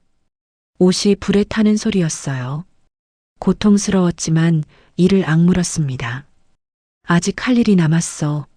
아이들을 완전히 안전하게 해야 해. 무너진 잔해를 헤치고 기어갔어요. 손바닥이 뜨거운 바닥에 대었습니다. 살이 타는 냄새가 났어요. 그래도 멈추지 않았습니다. 드디어 밖이 보였어요. 부서진 벽 틈새로 빗물이 들어왔습니다. 태경이 밖으로 나왔을 때 하늘과 민준이 비를 맞으며 서 있었어요. 하늘은 울고 있었고 민준은 여전히 의식이 없었습니다. 괜찮아. 다 괜찮아. 태경이 다가가려는 순간 무릎이 꺾였어요. 그제야 자신의 상태를 알았습니다. 등과 팔에 심한 화상을 입었고 온몸이 그을음으로 뒤덮여 있었어요. 아저씨, 다쳤어요. 하늘이 놀라서 달려왔어요. 태경을 붙잡으려 했지만 태경이 먼저 민준을 안아 올렸습니다. 병원, 빨리 병원에 가야 해. 목소리가 쉬어 있었어요. 연기를 너무 많이 마신 탓이었죠. 태경은 민준을 안고 비틀거리며 걸었습니다. 차는 이미 망가져서 쓸 수 없었어요. 걸어서라도 나가야 했습니다. 그런데 또 다른 위험이 있었어요. 창고 옆 건물도 불이 옮겨붙기 시작한 거였습니다. 낡은 건물들이 다닥다닥 붙어 있어서 불이 빠르게 번졌어요. 저쪽으로 태경이 안전한 길을 찾아 이끌었어요. 하지만 갑자기 위에서 뭔가 떨어지는 소리가 들렸습니다. 불타는 간판이 떨어지고 있었어요. 바로 하늘과 민준이 있는 쪽으로.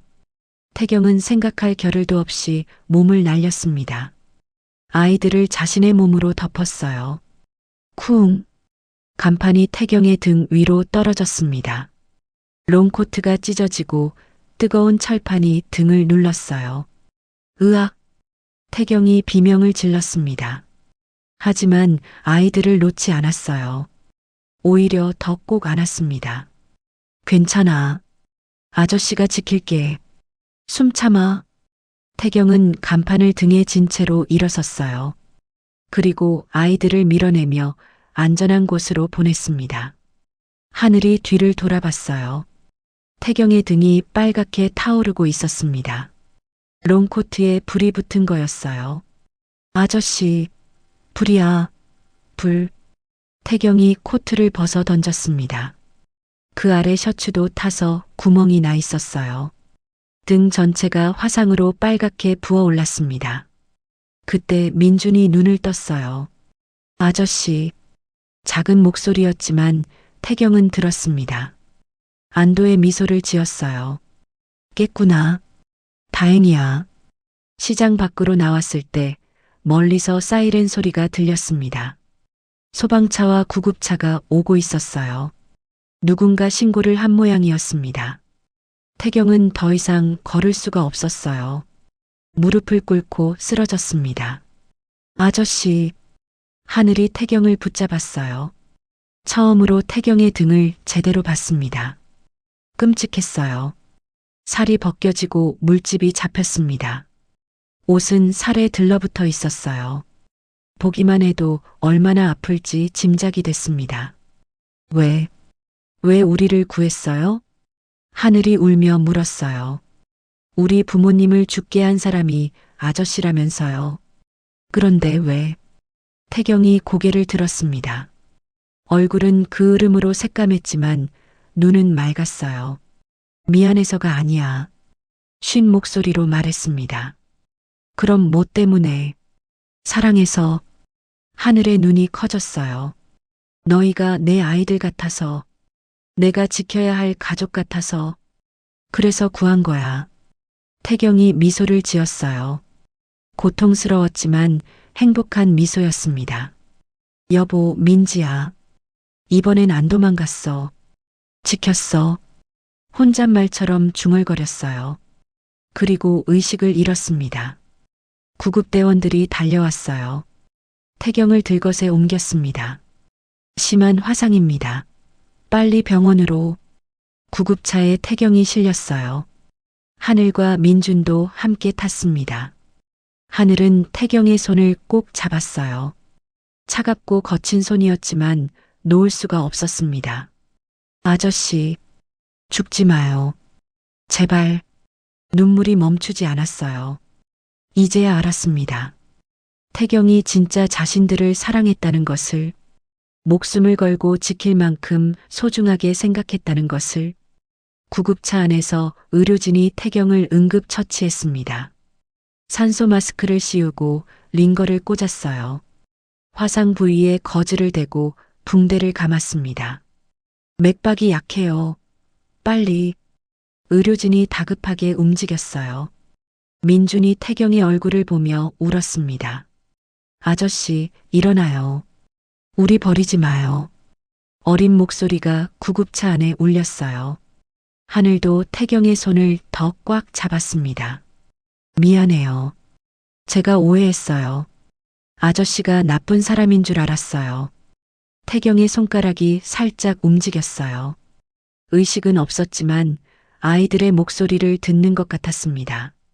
전에 불 속에서 아저씨 등에서 냄새가 났어요. 하늘이 흐느끼며 말했어요.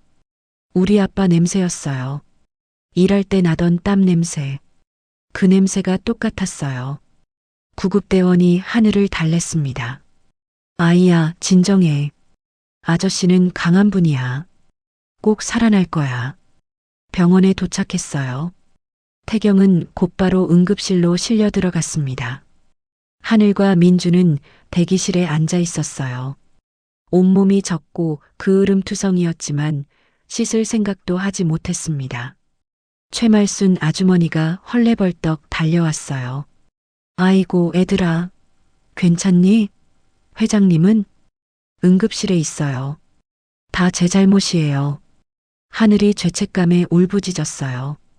최말순이 하늘을 꼭 안아줬습니다. 아니야. 내 잘못이 아니야. 회장님은 너희를 정말 사랑해. 그래서 구한 거야. 밤이 깊어갔어요. 응급실 불빛만이 빨갛게 켜져 있었습니다. 하늘과 민주는 기도했어요. 종교가 없었지만 간절히 빌었습니다. 제발 아저씨를 살려주세요. 이제 우리가 아저씨를 지킬게요. 창밖엔 비가 그치고 있었어요. 폭풍이 지나간 뒤에 고요함이 병원을 감쌌습니다. 새벽녘 응급실 문이 열렸어요. 의사가 나왔습니다. 보호자분? 하늘이 벌떡 일어섰어요. 저희가 가족이에요. 처음으로 스스로를 가족이라고 말했습니다. 의사가 고개를 끄덕였어요. 다행히 생명에는 지장이 없습니다. 하지만 화상이 심해서 오랫동안 치료를 받으셔야 해요. 하늘과 민준이 안도의 한숨을 쉬었어요. 살았습니다. 태경이 살아났어요. 면회할 수 있어요? 아직은 안 됩니다. 중환자실로 옮긴 뒤에 안정되면 가능해요. 하늘은 고개를 끄덕였어요. 그리고 창문으로 보이는 하늘을 올려다봤습니다. 해가 떠오르고 있었어요. 폭풍 뒤에 맑은 아침이었습니다. 새로운 시작을 알리는 것 같았어요. 일주일이 지났습니다. 태경이 중환자실에서 일반 병실로 옮겨진 날이었어요. 온몸이 붕대로 감겨 있었습니다. 특히 등과 팔은 두껍게 감아서 미라 같았어요. 하늘과 민준이 병실 문을 조심스럽게 열고 들어왔습니다. 아저씨, 민준이 작은 목소리로 불렀어요. 태경이 눈을 떴습니다. 초점이 흐릿했다가 서서히 맞춰졌어요. 왔구나. 목소리가 많이 나아졌어요. 여전히 쉬어 있었지만 알아들을 수 있을 정도였습니다. 하늘이 침대 옆에 앉았어요. 눈가가 빨갛게 부어 있었습니다. 일주일 내내 울었거든요. 아파요? 괜찮아. 이제 많이 나았어. 거짓말이었어요. 화상은 너무 심해서 앞으로도 몇 달은 치료받아야 했습니다. 하지만 아이들을 안심시키고 싶었어요. 그때 병실 문이 열리고 박지은 복지사가 들어왔습니다. 30대 중반의 그녀는 처음 봤을 때와는 달리 부드러운 표정이었어요. 회장님, 정말 미치셨어요? 죽을 뻔했다고요. 박지은의 목소리가 떨렸어요. 눈에 눈물이 맺혔습니다. 죄송해요. 걱정 끼쳐서. 걱정이요? 진짜 돌아가실 뻔했는데 걱정이라니. 박지은이 한숨을 쉬었어요. 그리고 서류를 꺼냈습니다. 회장님, 중요한 얘기가 있어요. 아이들 문제예요. 태경의 표정이 굳어졌습니다. 무슨 일이에요? 법적으로 아이들의 보호자가 정해져야 해요. 지금은 임시로 회장님 댁에 있지만 정식 절차가 필요합니다. 하늘과 민준이 불안한 눈으로 서로를 봤어요. 또 헤어질까봐 무서웠거든요. 태경이 몸을 일으키려 했습니다. 박지은이 말렸지만 태경은 고집을 부렸어요. 내가 보호자가 되겠습니다. 법적으로든 뭐든 쉽지 않아요. 특히 박지은이 망설였어요. 특히 뭐요? 상인회에서 반대하고 있어요.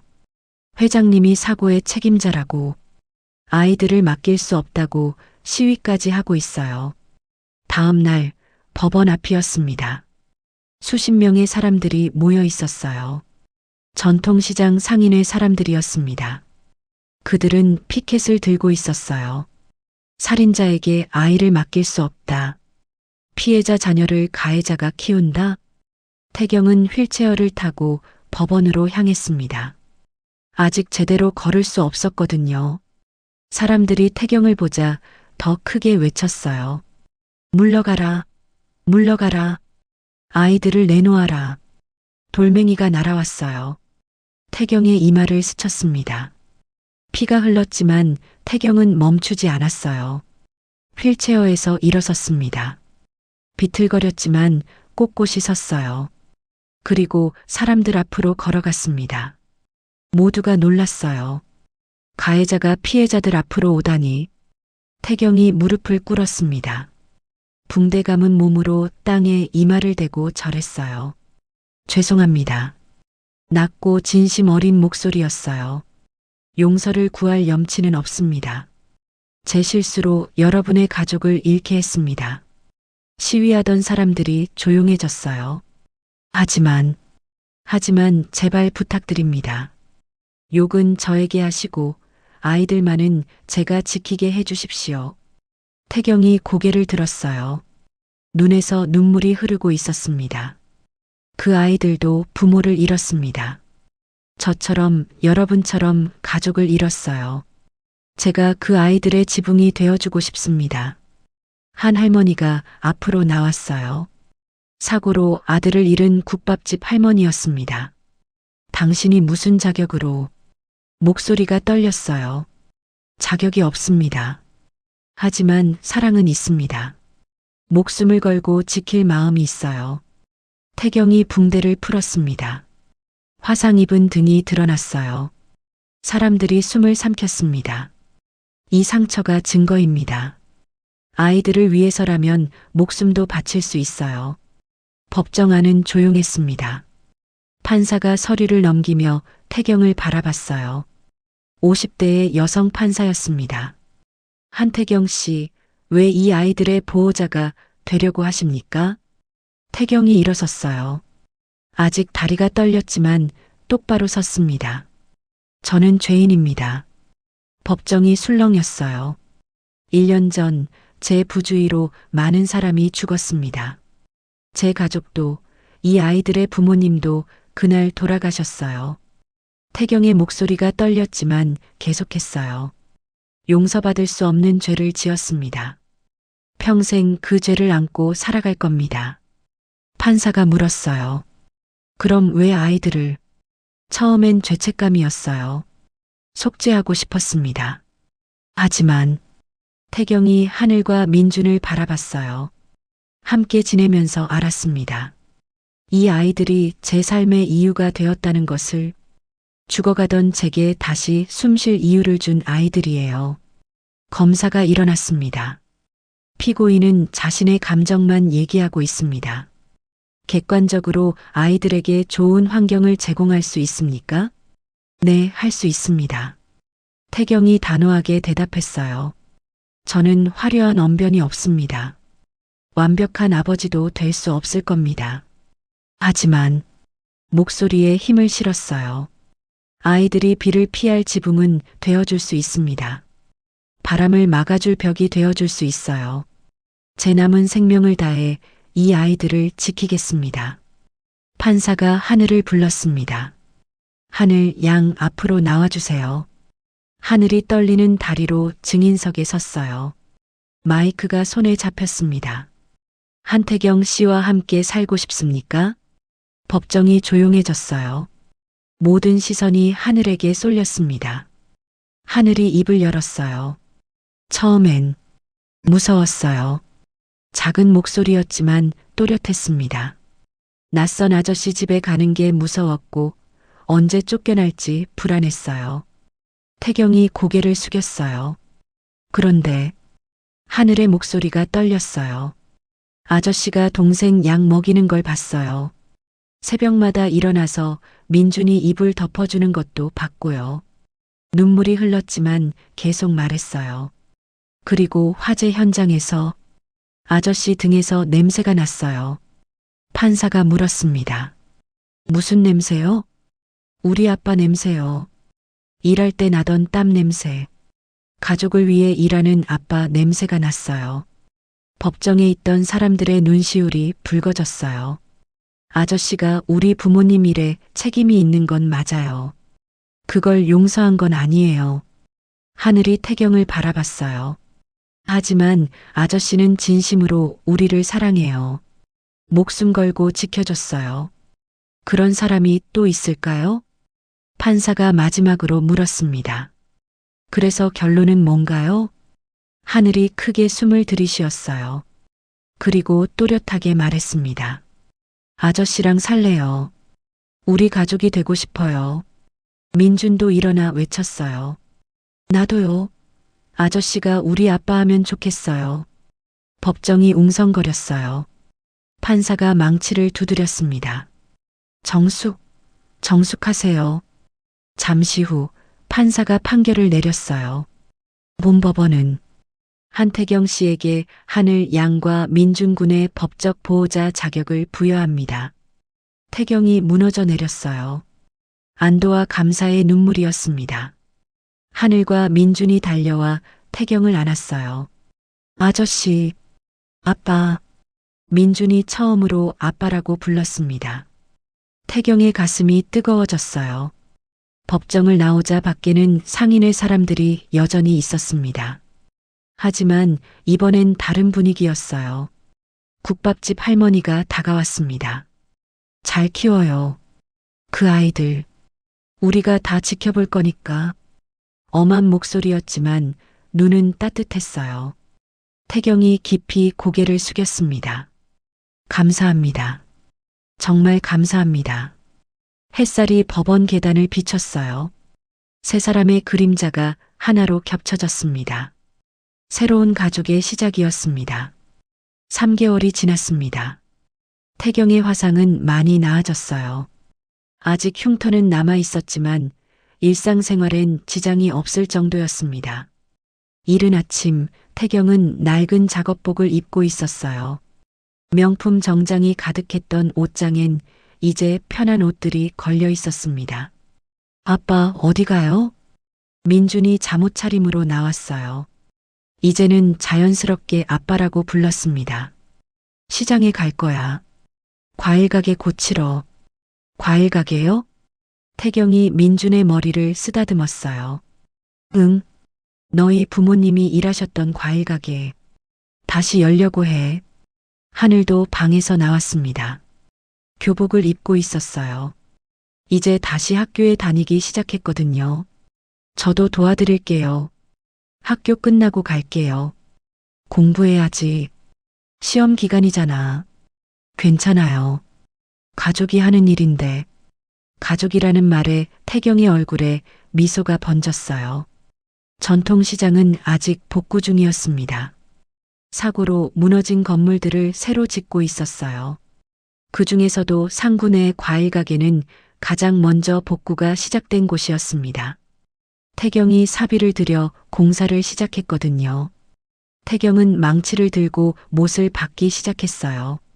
처음엔 서툴러서 못이 비뚤어졌습니다. 손에 물집도 잡혔어요. 이봐요, 회장님. 그렇게 하는 거 아니에요. 옆 가게 아저씨가 다가왔어요. 목수일을 오래 한 분이었죠. 이렇게 잡고 힘은 이렇게 주는 거예요. 아저씨가 시범을 보였어요. 태경은 열심히 따라했습니다. 감사합니다. 배울 게 많네요. 에이, 뭐려. 우리가 도와야죠. 하나둘씩 시장 사람들이 모여들었어요. 전기 기술자는 전선을 봐주고 페인트공은 칠하는 법을 가르쳐줬습니다. 점심시간이 되자 국밥집 할머니가 나타났습니다. 손에는 김이 모락모락 나는 도시락이 들려 있었어요. 아이고, 이 화상아. 밥도 안 먹고 일만 한다며?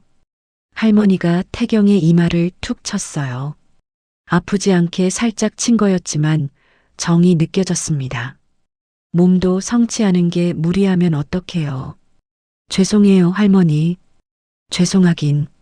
어서 먹어요. 도시락을 열자 맛있는 냄새가 퍼졌어요.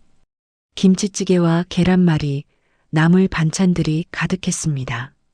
태경이 한 숟갈 먹자 눈물이 났어요. 왜 그래요? 맛이 이상해요? 아니요. 너무 맛있어서. 사실은 그게 아니었어요. 용서받은 것 같아서, 받아들여진 것 같아서 울컥했던 거였습니다. 다른 상인들도 하나둘 다가왔어요. 우리도 좀 도와줄게요. 못질은 제가 할게요. 젊었을 때 목수 일 좀 했거든. 페인트는 내가 맡지. 여러 사람이 함께 일하니 진도가 빨랐어요. 무너졌던 가게가 조금씩 모습을 갖춰갔습니다. 오후에 하늘과 민준이 왔어요. 와, 진짜 과일 가게다. 민준이 신나서 뛰어다녔어요. 여기가 우리 엄마 아빠가 일하던 곳이에요? 하늘이 가게를 둘러봤습니다. 눈시울이 붉어졌어요. 그래. 너희 부모님이 정성껏 가꾸던 곳이야. 이제 우리가 이어받아서 하는 거지. 태경이 새 간판을 들어 올렸어요. 상군의 과일가게 그리고 태경네. 두 가족의 이름이 나란히 적혀 있었습니다. 일주일 후 드디어 개업하는 날이었습니다. 가게 앞엔 화분들이 놓여 있었어요. 시장 상인들이 하나씩 가져온 선물이었죠. 축하해요. 잘 되길 바라요. 사람들이 축하 인사를 건넸어요. 민주는 앞치마를 두르고 손님을 맞았습니다. 어서 오세요. 싱싱한 과일 많아요. 작은 목소리지만 열심히 외쳤어요. 지나가던 사람들이 귀여워서 들어왔습니다. 하늘은 계산대에 앉아 있었어요. 손님이 과일을 사면 정확하게 계산해서 거스름 돈을 줬습니다. 예전에 가계부 적던 실력이 빛을 발했죠. 태경은 과일을 정리하고 있었어요. 사과는 빨갛게, 배는 노랗게, 포도는 보랏빛으로 예쁘게 진열했습니다. 아저씨, 사과 얼마예요? 첫 손님이 왔어요. 젊은 엄마와 아이였습니다. 한 봉지에 5,000원이에요. 아주 달아요. 태경이 활짝 웃으며 대답했어요. 예전에 차가운 회장님 모습은 온데간데 없었습니다. 장사가 꽤 잘 됐어요. 시장 사람들이 일부러 와서 사주기도 했지만 과일이 정말 좋아서 오는 손님도 많았습니다. 저녁이 되자 과일이 거의 다 팔렸어요. 우와, 대박이다. 민준이 빈 상자를 보며 감탄했어요. 첫날 치고는 정말 잘했네. 태경이 아이들의 머리를 쓰다듬었어요. 우리 함께해서 가능했어. 수고했어, 애들아. 해가 지고 있었습니다. 주황빛 노을이 하늘을 물들였어요. 태경과 하늘, 민준은 집으로 걸어가고 있었습니다. 민준이 태경의 목마를 탔어요. 높은 곳에서 세상을 보니 기분이 좋았나 봅니다. 아빠, 내일도 가게 할 거예요? 그럼, 매일 할 거야. 야호! 재밌어요. 하늘은 태경의 손을 잡았어요. 화상 흉터가 있는 거친 손이었지만 따뜻했습니다. 아저씨, 응? 이제 아저씨라고 안 불러도 되는데. 하늘이 수줍게 웃었어요. 그래도 아직은 아저씨가 편해요. 나중에 아빠라고 부를게요. 천천히 해. 마음이 편할 때. 세 사람이 걸어가는 뒷모습이 보였어요. 석양빛을 받아 그림자가 길게 늘어졌습니다. 세 개의 그림자는 점점 가까워지더니 마침내 하나로 합쳐졌어요. 마치 처음부터 한 가족이었던 것처럼. 집에 도착하자 최말순 아주머니가 문을 열어줬어요. 어서 와요. 저녁 다 차려놨어요. 와, 배고파요. 민준이 신발을 벗어던지고 뛰어들어갔어요. 민준아, 손 씻고 와. 하늘이 동생을 쫓아갔습니다. 태경은 현관에 서서 그 모습을 바라봤어요. 웃음소리가 집안을 가득 채웠습니다. 1년 전엔 죽음의 집이었던 이곳이 이제는 생명으로 가득한 집이 되었어요. 태경이 거실로 들어가자 벽에 걸린 가족 사진이 보였습니다. 수진과 민지의 사진 옆에 새로운 사진이 걸려 있었어요. 태경과 하늘, 민준이 함께 찍은 사진이었습니다. 두 가족 사진이 나란히 걸려 있는 모습이 이상하지 않았어요. 오히려 자연스러웠습니다. 아빠, 빨리 와요. 밥 먹어요. 민준이 불렀어요. 태경이 식탁으로 갔습니다. 따뜻한 밥상이 차려져 있었고 사랑하는 사람들이 기다리고 있었어요. 잘 먹겠습니다. 모두가 함께 인사를 하고 저녁을 먹기 시작했어요. 창밖으로 별이 뜨기 시작했습니다. 태경은 마음속으로 생각했어요. 수진아, 민지야. 나 이제 괜찮아. 새로운 가족이 생겼어. 너희도 기뻐해 줄 거지? 따뜻한 밥 냄새와 웃음소리가 집안을 가득 채웠습니다. 이것이 그들의 새로운 시작이었어요. 상처받은 영혼들이 만나 서로를 치유하고 마침내 진짜 가족이 된 이야기. 비록 피는 섞이지 않았지만 마음으로 이어진 가족의 이야기가 이렇게 시작되었습니다. 사랑한다. 내일은 더 사랑할게. 태경이 마음속으로 속삭였어요. 그리고 그 약속은 평생 지켜질 것입니다. 오늘의 사연이 당신의 마음에 작은 따스함을 전해드렸다면 앞으로도 당신의 하루에 잔잔한 감동을 드리는 이야기로 찾아뵐 수 있게 구독과 좋아요를 눌러주세요. 오늘도 즐겁고 행복한 일만 생기시길 바라며 마치는 인사드리겠습니다.